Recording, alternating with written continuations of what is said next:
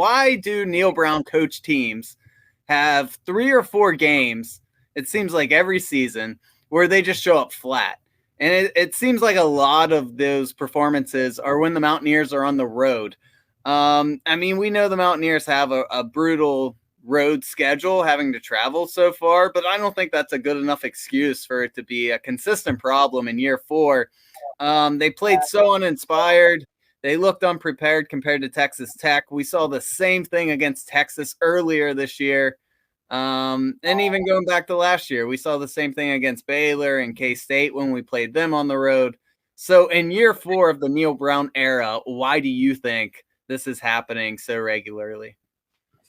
I'm not entirely sure. And it happens way too much, in my opinion. I mean, I started going down a rabbit hole today, just trying to put into context how bad this situation is. So I went through and I looked at every game for the past 3 years. I excluded Neal Brown's first year just because, cut him some slack. And it's really interesting. What I found is that, obviously at home, you're going to, perform better. But, it seems like it's there's a lot more disparity than what you would kind of expect. So in 25 games from 2020 to 2022, excluding non-FBS opponents, because that will skew the numbers, West Virginia is averaging 5.3 more points per half at home in the first half, and 2.6 points per game more in the second half at home. They're also allowing 4.4 less points in the first half at home, and 2.3 points less in the second half at home, which is interesting. That's, a pretty big swing for home and away splits. So I dug in a little bit further. WVU has not allowed a scoreless first half against an FBS opponent. That's interesting. Everyone scored against WVU in the first half. Conversely, WVU has 2 scoreless first halves, 1 home and 1 away. WVU has also been outscored by 14 or more points in a quarter 8 times. I quantified this as calling it a no-show, and I went through and I looked at every game and saw how many points we were outscored by, or we scored more than the other team by. And I categorize those as no-shows or domination. The no-shows are where we got outscored by 14 or more points. Like I said, that happened 8 times. And 6 of those 8 times were on the road. Conversely, WVU has outscored an opponent by 14 or more points in a quarter just 5 times. And 4 of those 5 times were at home. And really the only way I can think to explain this is that, we've talked about it before, is what type of coach Neal Brown is. He's not a motivator. He's not a strategist. He's supposed to be kind of a program builder, but we don't know if he can really do that. But what I'm thinking is that WVU, Morgantown, Milan Puskar Stadium is one of the most electric environments to play in front of.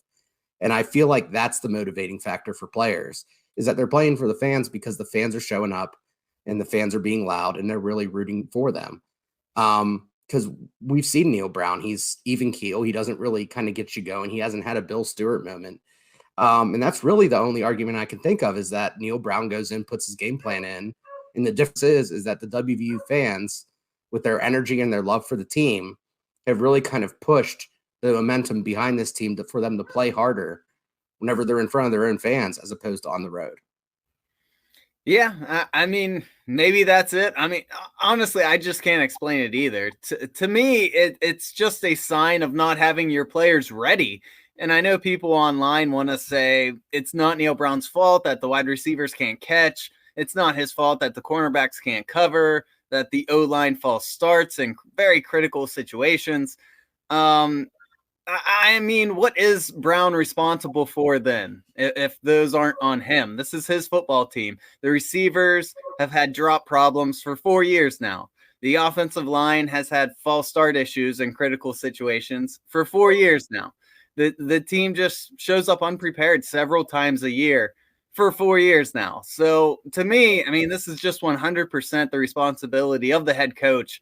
And, Brandon, we just got to stop making excuses for this man. I just don't know what else to say. He's a nice guy. I get it. I like Neal Brown. I root for him. If this doesn't work out, I hope he's successful wherever he goes. but he's just not a good head coach for West Virginia. Like I said, he might be a good head coach somewhere else down the line, but for here right now, he's not a good head coach for us. That's just the cruel reality of the situation. And I don't understand why some fans just can't accept it. I mean, the facts are just the facts. We have been stagnant. Year 1, we won 5 games. Year 2, we won 6. Year 3, we've won 6. And it's looking like this year we would be very, very lucky to win 6 games. So that's not progress. We're kind of just flatlining. We are stagnant. I don't get why so many people will defend him to the end of time. Like he's not giving us anything to defend.